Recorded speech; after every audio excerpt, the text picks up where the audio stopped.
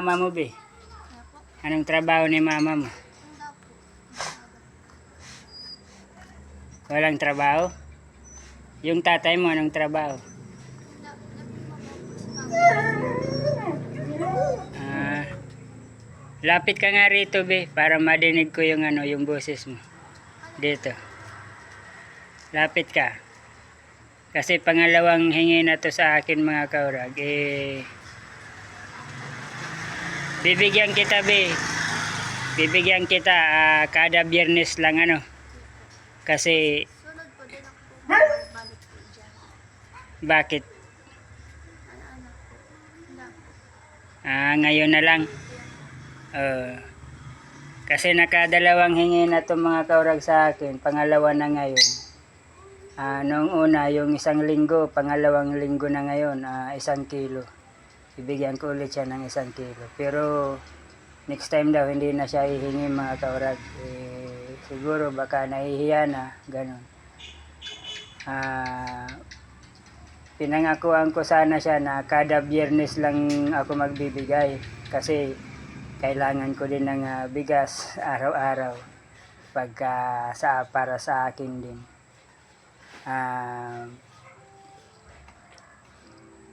Okay lang sa akin, be, kung magpupunta ka rito kada Biyernes. Pero nasa sayo na lang yan, be.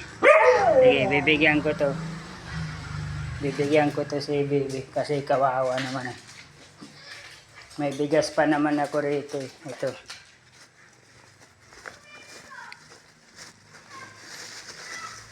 Bigas pa naman ako rito. Yun. Kasi pangalawang hingi na sa akin, mga kaurag. Pangalawang na to sa akin. Pangalawang hingi na. Siguro ang magulang nito walang trabaho. Huwag kayong lalabas, ha. Oops.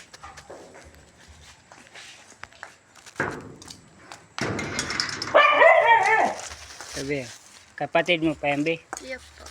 Ilan kayong magkakapatid? Ha? 5? Iya po. 6. Hindi. Kulang yan, mga kaurag, sa 5 magkakapatid.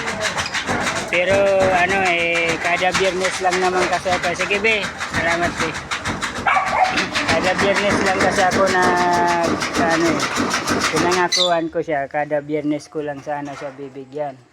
Pero baka nahihiya na daw. Nasa sa kanya na lang kung pupunta siya rito ulit sa Biyernes. Ayun, umuwi na, yun, yung magkakapatid. 5 pala yung magkakapatid. Di ko alam kung Black 13 daw sila. Hindi. Black 13.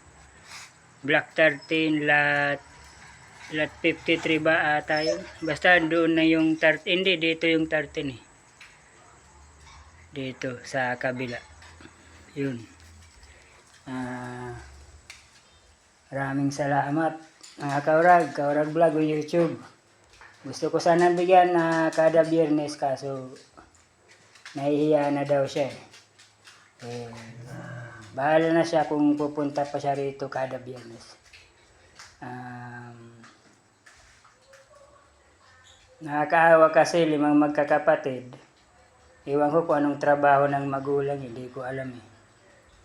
Pero may panghulog nga sa bahay. Kasi dito subdivision to eh. Kumbaga yung simpleng subdivision lang, mga mini subdivision lang. May panghulog naman sila sa bahay. Kasi ang pinakamababa rito, mga kaurag, na hulog is 2,300 ata sa isang buwan. Kaya nakakaya pa naman siguro nila maghulog kasi 2,300 lang naman eh. 2,300. Meron ngang 2,000 nga dito eh, buwan-buwan eh. Pinakamababa pa 2,000. Siguro nakakapo sila sa budget kasi 5 magkakapatid.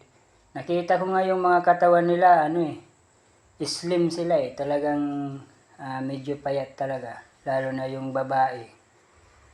Yung panganay ata yun, medyo payat. yun, pangalawang bigay ko na sa kanya. Sinabihan ko siya, every Friday magpunta siya rito, okay lang sa akin. Ibigyan ko siya every Friday lang. Kasi ako, kailangan ko din ng bigas eh. Kakain din ako, ganun. Kaya yun. Maraming salamat, Kaurag Vlog ng YouTube. Follow na lang po sa aking FB, si Sar Madrona. Maraming salamat po. Bye.